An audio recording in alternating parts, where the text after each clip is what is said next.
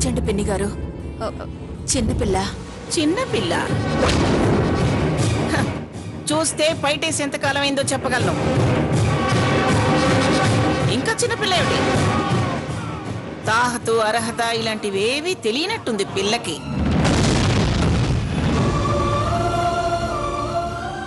ఈ గాజులు వేసుకునే అర్హత సీతకి మాత్రమే ఉంది. అది నేనిచ్చింది. ఎవరు పడితే వాళ్ళు దూరిపోతే నాకు నచ్చదు.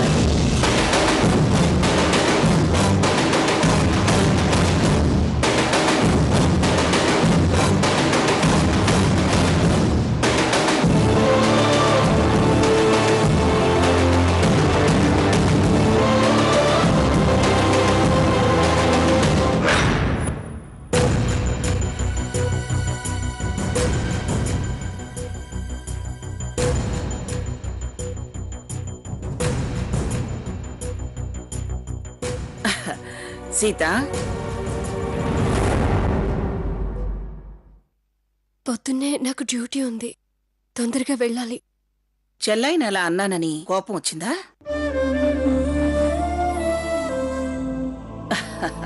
మేం పెద్దవాళ్ళమమ్మా, మేం కాక ఇంకెవరు చెప్తారు పద్ధతులని?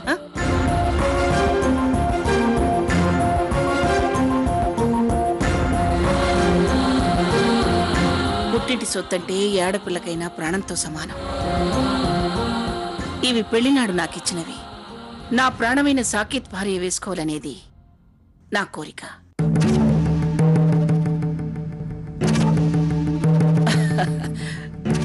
కొంచెం తేడా వచ్చింది. పెద్దదాన్ని కదా, చికాకు పడ్డాను. ఎక్కువే అర్చానేమో. పోనీ స్వర్ణకి సారీ చెప్పనా? వద్దండి, నిజానికి తప్పు నాది. నేనే సారీ చెప్పాలి. సీత, స్వర్ణ తప్పు ఒప్పేసుకుంది. నీ కోపం పోయినట్టేగా? ఎందుకు పిన్ని గారు పేరు పేరున మీరలా సంజాయిషి ఇస్తున్నట్టు అంటారు? పెద్దవారు, మీరు మాటన్నా తప్పులేదు. ఆ మాట సీత చెప్తే నాకదో తృప్తి అమ్మా. నాకేం కోపం లేదమ్మమ్మ గారు. మరి పద అన్నట్టు అమ్మకు సైగ చేసావు. నిజంగానే రేపొద్దున డ్యూటీ వెళ్ళాలి.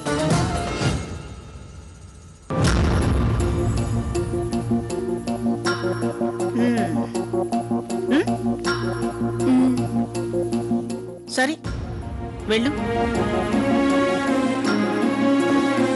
సరేనమ్మా, వెళ్ళొస్తామన్నారు. మంచిది.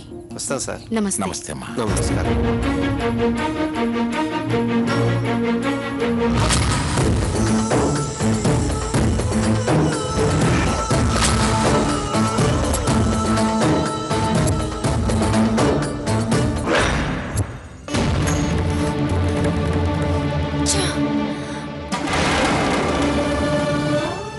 ఆవిడ ఎంత గొప్పదైనా కావచ్చు, కోట్ల ఆస్తుండొచ్చు, కానీ స్వర్ణ చిన్నపిల్ల కదా, ఏదో సరదా పడిందిలేని వదిలేయచ్చు కదా, అంతలా అరవాలా? అరిచింది అంటావేంటే? ఆవిడ తండ్రి ఆవిడ పెళ్లికి ముచ్చట పడి చేయించిన గాజులు కోడలికి కూడా ఇవ్వకుండా మనవడి పెళ్లాం కోసం దాచిందట. దీనికి ఎంత తొందర కాకపోతే వాటిని వేసుకోవాలని ఇది అనుకోకపోతే ఏమైంది? అవి ముట్టుకునేసరికి ఆవిడ కాస్త బీపీ పెరిగింది, ఏవో 2 మాటలంది. దానికి నీకు సంజయ్షి కూడా చెప్పిందిగా, ఇంకా ఆవినంటావే? నువ్వక్కడ సరిగ్గా చూడలేదమ్మా.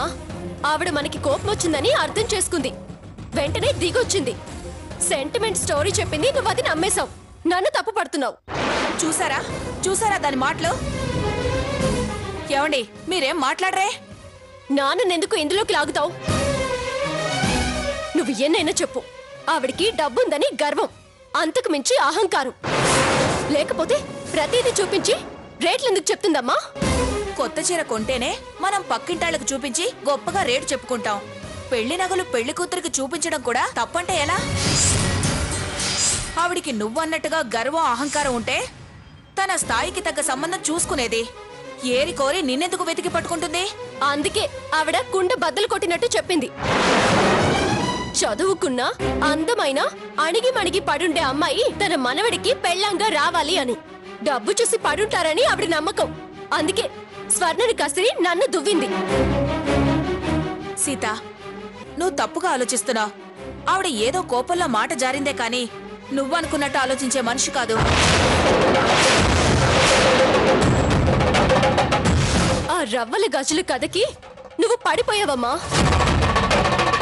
అందుకే ఆవిడ మీద ఈగ వాలనివ్వట్లేదు. పైగా నన్ను అంటున్నావు. ఇంకెప్పుడు పిల్లల్ని మా ఇంటికి తీసుకురావద్దు అంది. అది నీకు బాగుందా? అవమానంగా అనిపించట్లేదా? రేపు మిమ్మల్ని రావద్దు అంటుంది.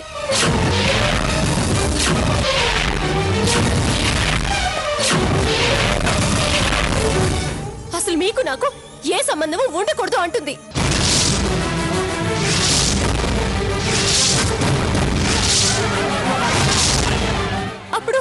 అప్పుడు నేను ఒంటరిగా అక్కడ ఉండిపోతే మీకు బాగుంటుందా?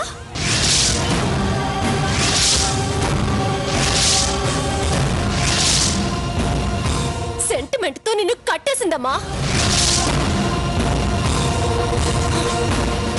కాదో నిజమో తెలుసుకోలేనంత పిచ్చిది కాదమ్మా ఈ సీత. ఈ సీత ఈ సీత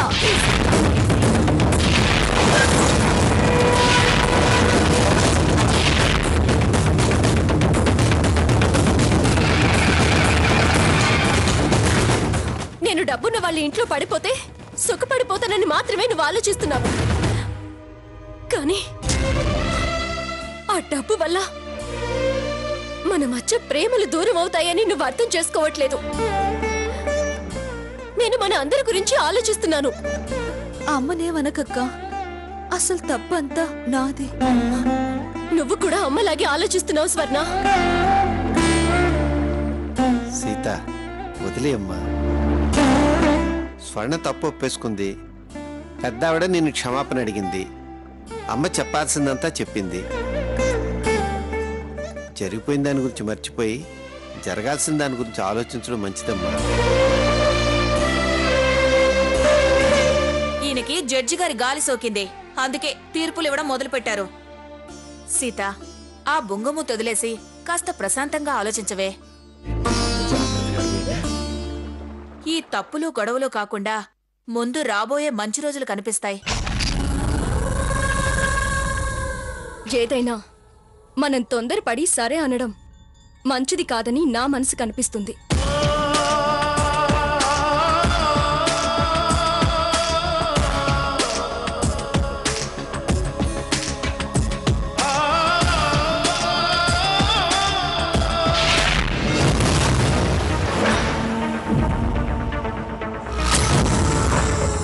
బంగారం వజ్రాలు చూస్తే కళ్ళు భయపడతాయా? బుద్ధి గాడి తప్పుతుందా? ఎవరేమనుకున్నా నేననుకున్నదే జరగాలి. సీత ఖచ్చితంగా సాకేత్ భార్య అయి తీరాలి. సాకేత్, గ్రానీ వస్తున్నా.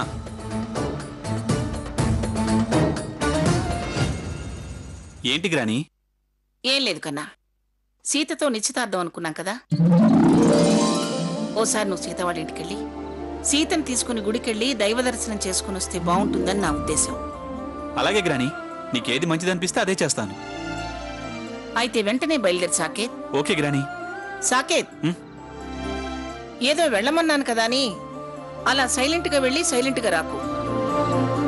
కాస్త మనసు విప్పి ఫ్రీగా మాట్లాడుకోనరా. అభిప్రాయాలు పంచుకుంటేనే అరమరికలుండవు. Sure granny. పెందలాడే మళ్ళీ సీతను వాళ్ళ ఇంటి దగ్గర దించేసి వచ్చేసి 9 గంటలకల్లా నువ్వు ఇంట్లో ఉండాలి. నువ్వు వస్తే గానీ నేను భోంచేయను. Sure granny.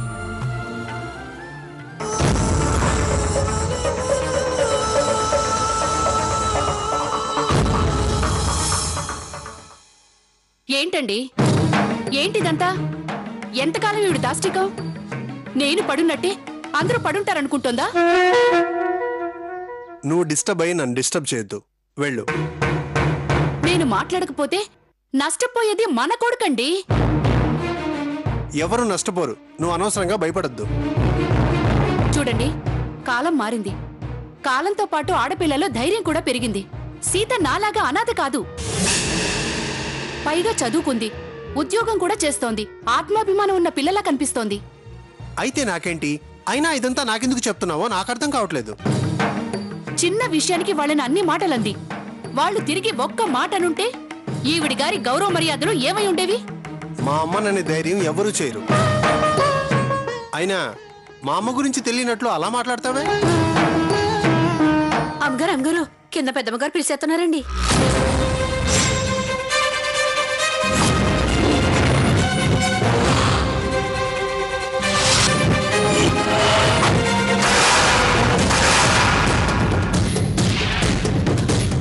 ఏమండి, ఎందుకు పిలిచారంటారు? నాకేం తెలుసు?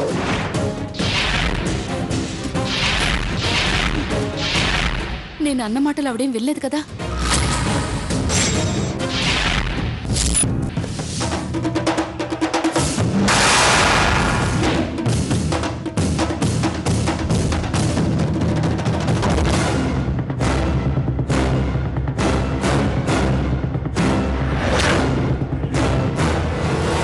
నువ్వు, మీ ఆయన, మీ మామగారు మాకోసం ఎదురు చూడకుండా భోంచేయండి. సాకేత్ గుడికెళ్ళాడు. వాడు రాగానే ఇద్దరం కలిసి భోంచేస్తాం. ఈ టైంలో వాడొక్కడే గుడి కిందకెళ్ళాడు. ఒక మాట చెప్తే కూడా నేను కూడా వెళ్లేదానిగా. పెళ్లికెళ్తూ పిల్లిని చంకన పెట్టుకెళ్ళినట్టు వాడు సీత వెళుతుంటే మధ్యలో నువ్వెందుకే? ఇంత జరిగా కూడా సీత సాకేత్తో గుడికెళ్తుందా? వెళుతుంది.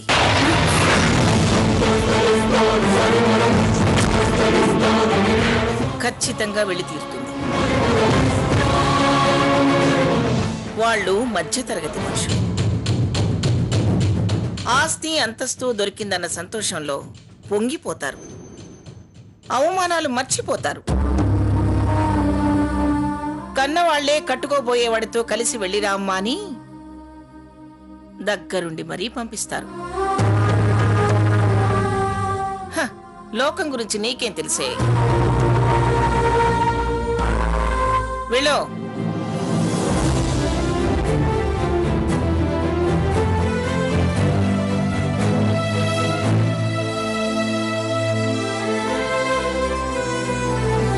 వార్తల మీద కాస్త శ్రద్ధ తగ్గించి ఇంట్లో పరిస్థితులు కాస్త పట్టించుకుంటే బాగుంటుంది. నాకు నా బాధ్యతలు తెలుసు. నువ్వు నాకేం గుర్తు చేయాల్సిన అవసరం లేదు. అది అలిగి గదిలో కూర్చుంది, పలకరిస్తే చిరుబురులాడుతుంది. దాని సంగతి చూడండి. అది కాస్త నిదానించాక నెమ్మదిగా చెప్దాంలే.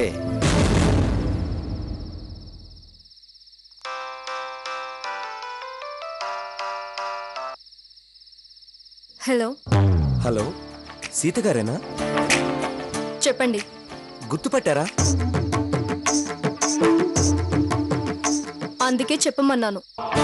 మీరు చాలా తెలివైన వారండి. సుత్తి చెప్పకుండా విషయం చెప్పు. కాదు అనకుండా చిన్న హెల్ప్ చేస్తారా? ఏం హెల్ప్ చేయాలి? లైఫ్ ఈజ్ బ్యూటిఫుల్ అనే ప్రోగ్రామ్ చేస్తున్నాం కదా, దాని గురించి మీకు తెలుసు కదా, ఏదైనా సజెషన్ ఇస్తారా? ప్రోగ్రామ్ మీది, మీకే ఐడియా ఉండాలి. కరెక్టే, కానీ మీరు ఎక్స్పీరియన్స్డ్ కదా, అందుకే అడిగా. నేను ఇప్పుడు సజెస్ట్ చేసే మూడ్లో లేను. నిజంగా మూడ్ లేదా? లేదా నా సక్సెస్ మీకు ఇష్టం లేదా? Any professional jealousy? Shut up. నాకేం జెలసీ లేదు. అయితే సజెస్ట్ చేయండి. నేను చేయను. అయితే డౌటే లేదు, జెలసీనే. Are you mad? మూడ్ లేదంటే జెలసీ అంటావేంటి? ఫోన్ పెట్టే. ఏంటి చాలా కోపంగా ఉన్నట్టున్నారు? ఏదైనా ఎమోషనలా? It's none of your business.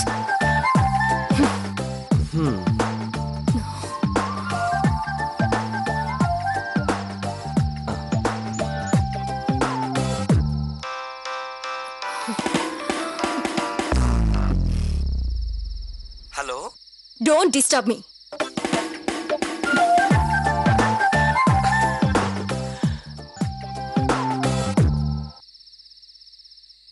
అన్నీ తెలుసని నిమ్మకు నీరెత్తినట్టు ఇక్కడే కూర్చున్నారు. ఏంటి ఇది? ఎందుకు నువ్వు కంగారు పడుతూ నన్ను కంగారు పెడుతున్నావు?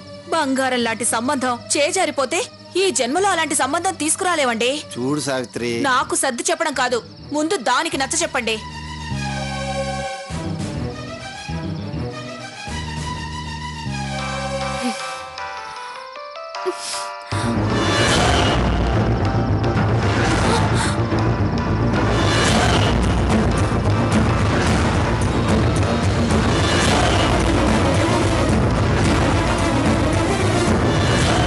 హలో గ్రాని మనల్ని గుడికెళ్ళమంది. నేను వస్తున్నాను, రెడీగా ఉండు. హలో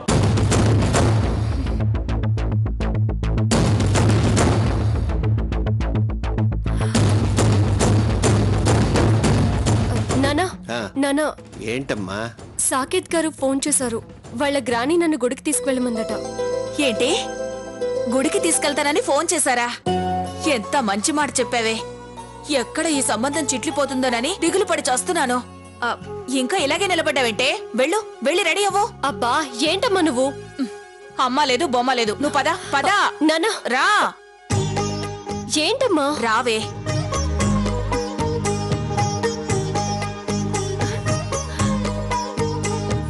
ఇదిగో చూడు, ఈ చీరల్లో ఏది కట్టుకుంటావు? ఇది కట్టుకో, ఇది బాగుంటుంది. తీసుకో. ఇదిగో, వెళ్ళేటప్పుడు వచ్చేటప్పుడు ఇలా బొంగమూతి పెట్టుకొని ముడుచుకుని కూర్చోకు. కాస్త నవ్వుతూ మాట్లాడు, సరేనా? తొందరగా రెడీ అవ్వు. ఏమండి, ఇది అలిగినట్టే ఆ పెద్ద ఆవిడ బింకంగా ఉంటుందనుకున్నాను. చాలా పెద్ద మనసండి ఆవిడది. మనసులో ఏవీ పెట్టుకోకుండా అల్లుడుగారిని పంపిస్తోంది.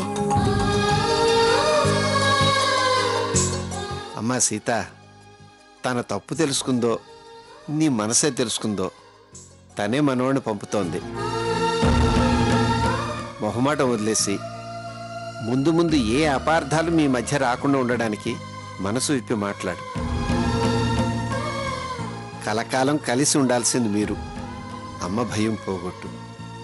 మీ నాన్న మాట విను.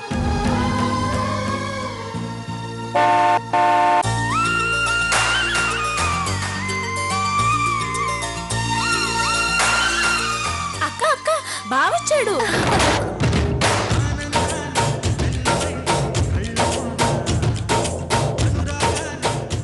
గ్రాని చెప్పు గ్రాని. రావే, రా రా రా రావే.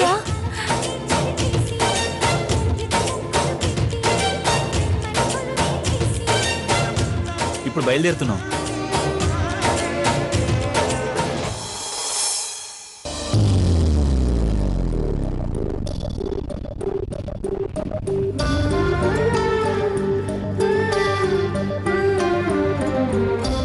ఓకే గ్రాని.